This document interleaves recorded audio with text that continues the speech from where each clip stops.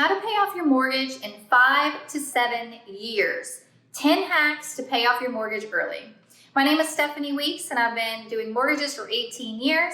My team would love to help you and we're available in multiple states. If you need the help, give us a call, 985-300-LOAN, or check us out at weeksteam.com. Now back to the video, which is most important. How do you pay off your loan in 5 to 7 years? Mortgage loans specifically. How do you pay off your home? And 10 hacks on how to do it quickly.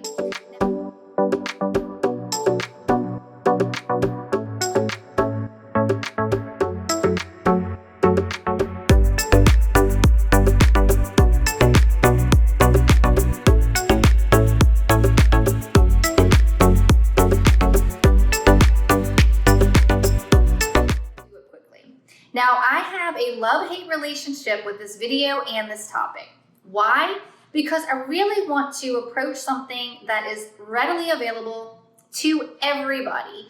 And will this be easy? Absolutely not. Will this be impossible for some? Absolutely so. One of the hacks talks about getting more income. And listen, we all want more income. If it was just a button that we could press, we would all do it, right? So some things aren't going to be so easy, but it's a great topic. It's great information. And even if it's not 5 to 7 years, paying your loan off really quick is going to save you tons of money, not to mention the feeling of having a home that is paid for, I believe, is like no other at all. So let's dive in right now. Hack number 1 is you have to create a plan. If you're getting in your car and going somewhere you've never been, you've probably never owned a home without a mortgage. If you're getting in your car and going somewhere you've never been, you're going to use a map or you're going to use a GPS. If you don't put together a plan, this is not going to work. Let's just face it, save yourself the time and energy. So number 1 is you've got to get a plan in place.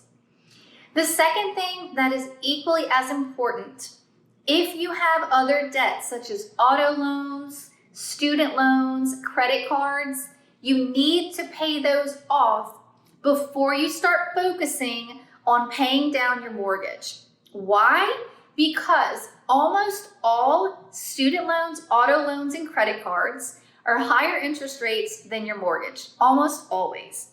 And equally as importantly is the fact that most of the time your mortgage loan interest is tax-deductible interest, while your automobile and your credit cards may not be. Sometimes student loans are, you'll have to check with your CPA, but you're getting my point. So make sure that you focus on those other things before you tackle your mortgage.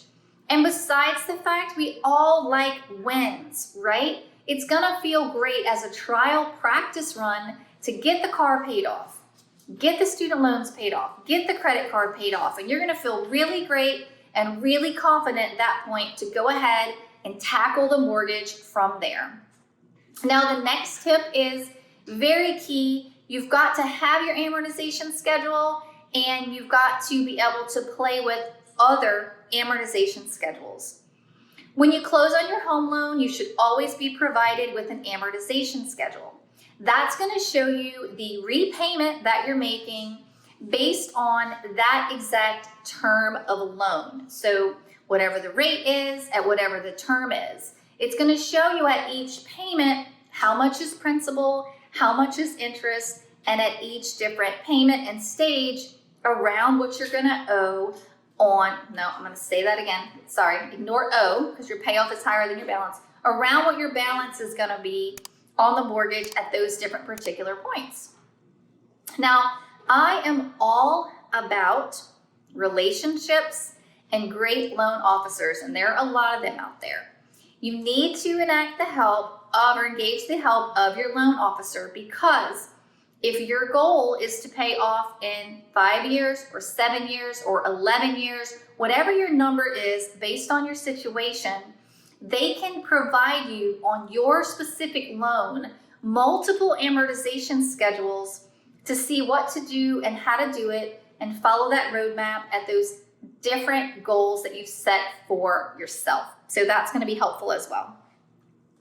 One of the ways that you can pay off your mortgage Super fast is to do a bi-weekly payment schedule. Typically, your mortgage is paid 12 times a year. Well, you would take your mortgage payment, multiply it times 13. It's a lucky number, by the way. Multiply it times 13, divide by 26, which is every other week. And then that's what you're gonna wanna pay. But here's the important thing. You can't ever be late, so you need to pay ahead. My suggestion, which is a little overkill, but I think it's safe, make 2 ahead mortgage payments of the full mortgage payments, and then put yourself in the bi-weekly. Or if your lender allows it, just enroll in the bi-weekly. That will help you knock off years as well. The next thing that you can do is make additional principal payments. Every single dollar helps, okay? So anything you can send is absolutely helpful. And when you send in an extra payment to the mortgage lender, they're either gonna apply it to principal or escrow. And there's a 50% chance they're gonna get it right. You need to tell them. I know it's gonna sound really old school, but write a check. I know, hopefully you all know what that is. Write a check and put in there additional principal payment. That's something you can send in every month. It's something you can send in if you're doing the bi-weekly payments. Or one quick little hack is that, let's say that you get a nice tax refund every year. Maybe it's $5,000 or $6,000, or maybe it's $9,000 or $10,000.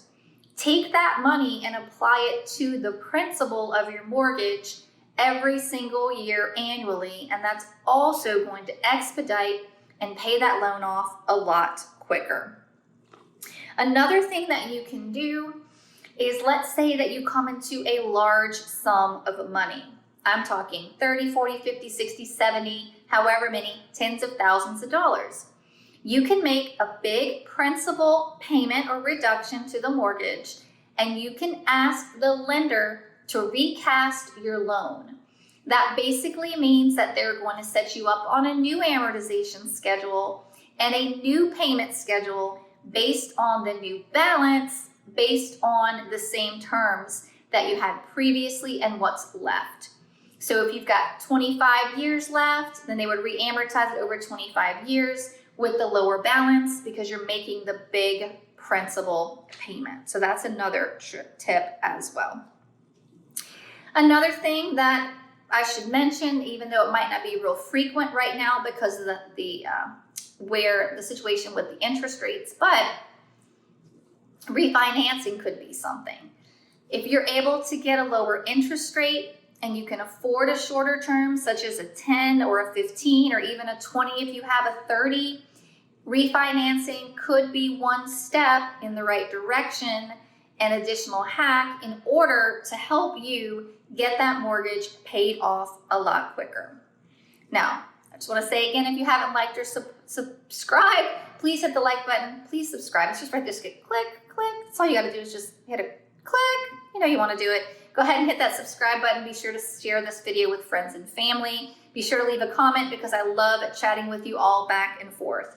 So we've talked about bi-weekly payments. We've talked about extra payments to principal. We've talked about a 1.1 time big payment. We've talked about recasting.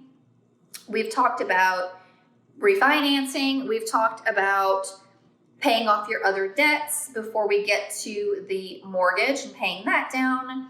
And the other two things, last but not least, one is try to get increased income.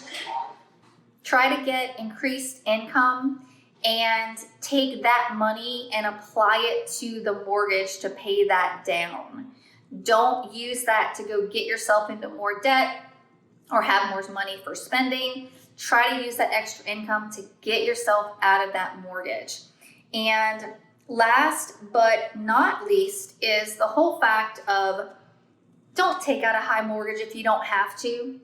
If you've got your debt paid off and you're only down to mortgages and you've got a good bit of cash, go ahead and just put that cash down, have a lower loan amount, take some of these hacks, take some of these ideas, and work really toward becoming debt-free and owning your home free and clear, which is the most amazing feeling that you can ever imagine. Those mortgage payments add up quickly, and they take a lot of our expenses every single month. So being debt-free, and especially if you can be mortgage debt-free in 5 to 7 years using some of these hacks. And you know what? Don't beat yourself up.